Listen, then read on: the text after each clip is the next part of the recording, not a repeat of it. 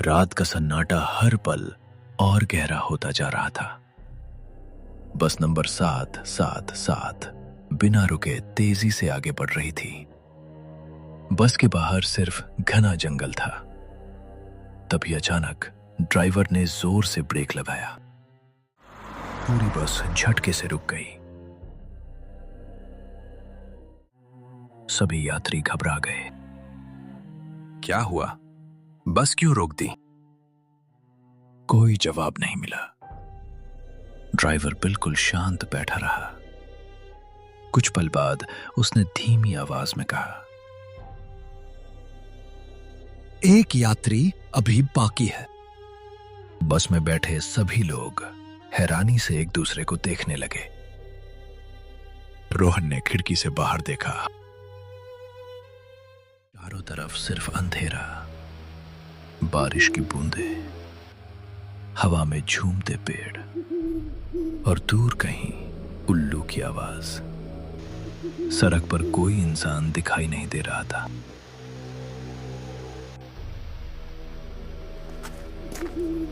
तभी ऐसा लगा जैसे कोई गीले पैरों से सड़क पर धीरे धीरे चल रहा हो, लेकिन दिखाई कोई नहीं दे रहा था। यहां तो कोई भी नहीं है। हवा का तेज झोंका पूरे बस में फैल गया। एक बच्चे डर कर बोली, दरवाजा बंद करो। लेकिन ड्राइवर बिल्कुल चुप था। वो सड़क की तरफ देख रहा था, मानो उसे किसी का इंतजार हो। धीरे धीरे बस की सीढ़ियों पर किसी के चढ़ने की आवाज आने लगी।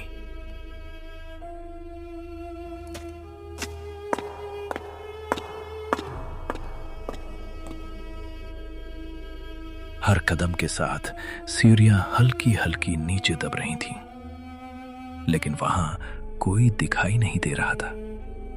रोहन के माथे पर पसीना आ गया। उसने डरते हुए अपनी सीट कसकर पकड़ ली। तभी बस की आखिरी पंक्ति में सीट नंबर 13 अपने आप नीचे दब गई, मानो कोई वहां बैठ गया हो।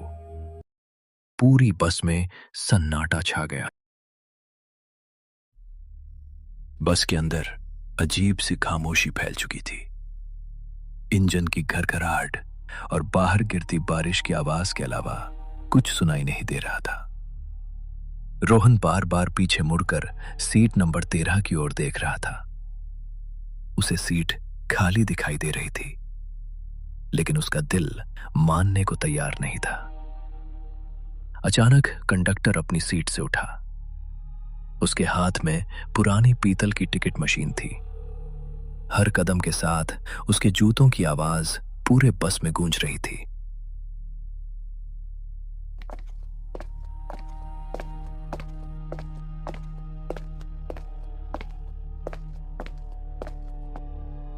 वो धीरे धीरे सीट नंबर 13 तक पहुंचा।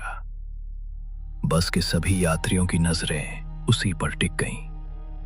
कंडक्टर ने बिना किसी से कुछ पूछे टिकट मशीन घुमाई।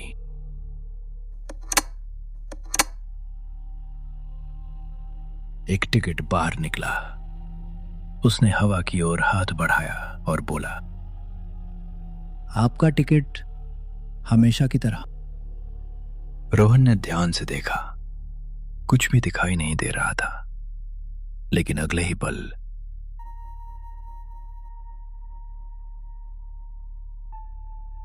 वो टिकट धीरे धीरे कंडक्टर के हाथ से गायब हो गया। ऐसा लगा जैसे किसी अदृश्य हाथ ने उसे पकड़ लिया हो। रोहन का गला सूख गया। उसने कांपती आवाज में पूछा, वहां कौन है? कंडक्टर ने उसकी तरफ देखा। उसकी आंखों में अजीब सी चमक थी।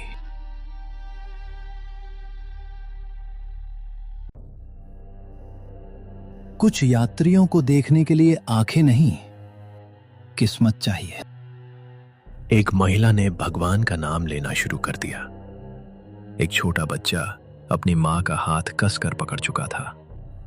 लेकिन सबसे अजीब बात यह थी, ड्राइवर अब भी बिना कुछ बोले सामने सड़क को देख रहा था।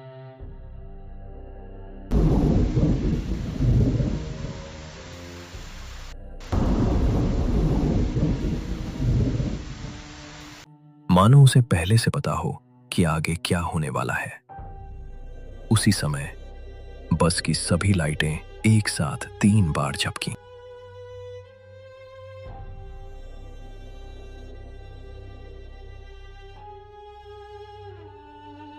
तीसरी बार लाइट बुझी तो रोहन ने एक पल के लिए सीट नंबर 13 पर किसी की परछाई देखी।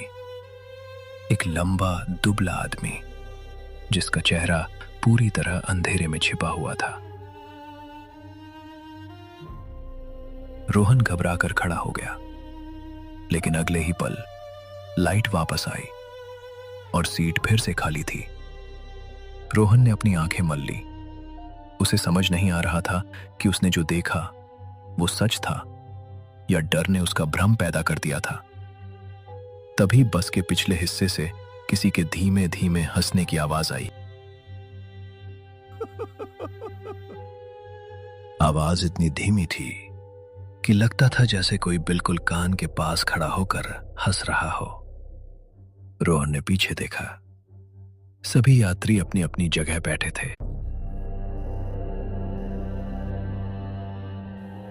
उस रात पहली बार रोहन को महसूस हुआ कि इस बस में कुछ ऐसे यात्री भी सफर कर रहे थे जो टिकट तो लेते हैं लेकिन दिखाई कभी नहीं देते।